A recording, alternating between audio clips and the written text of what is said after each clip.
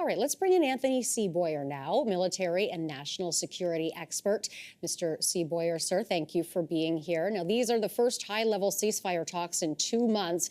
Are the two sides ready at this point to come together, and what could a deal look like?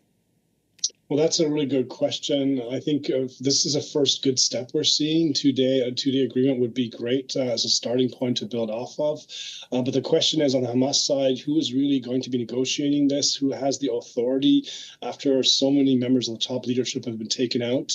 The question really remains, who commands these groups? Because what's become more or less is a fractured organization with fractured groups with different interests that are now basically making out what Hamas is at this point.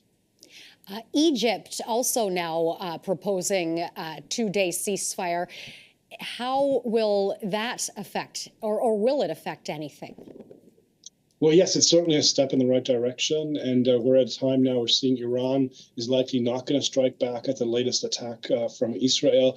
So it might be a good point. But again, the problem really is going to be, is there enough authority within the organization Hamas to actually quiet the individual groups and the infighting that's going on there and actually bring a negotiated solution from their side as well? That's, I think, something we have to look out for, because after Sinwar, there's no real top leadership anymore in the organization.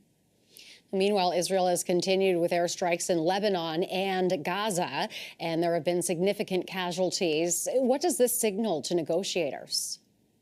Well, it shows that they still have the capability, both obviously have the capability to strike into Israel, but also Israel will continue to go after them as wherever they see organizational structures of Hamas and of Hezbollah.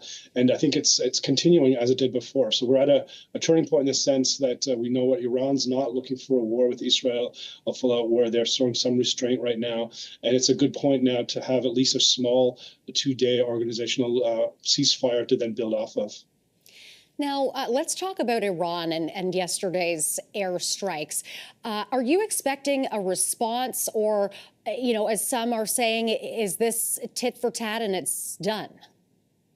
Well, we heard the religious leader Khamenei say that this should not be over-exaggerated, but the response should also be in kind in the sense. So, but he's calming down. We're seeing them playing down Iran, playing down the attacks by Israel, saying there wasn't much damage. So at this point, it really looks like it could be that there wouldn't be any serious response from the Iranian side. I think that would be great if we saw that, because that would then enable a room for negotiations with the hostages. All right, that is our time. We'll have to leave it there. Thank you very much for being here with us, Mr. Seaboyer. I appreciate it. Thank you.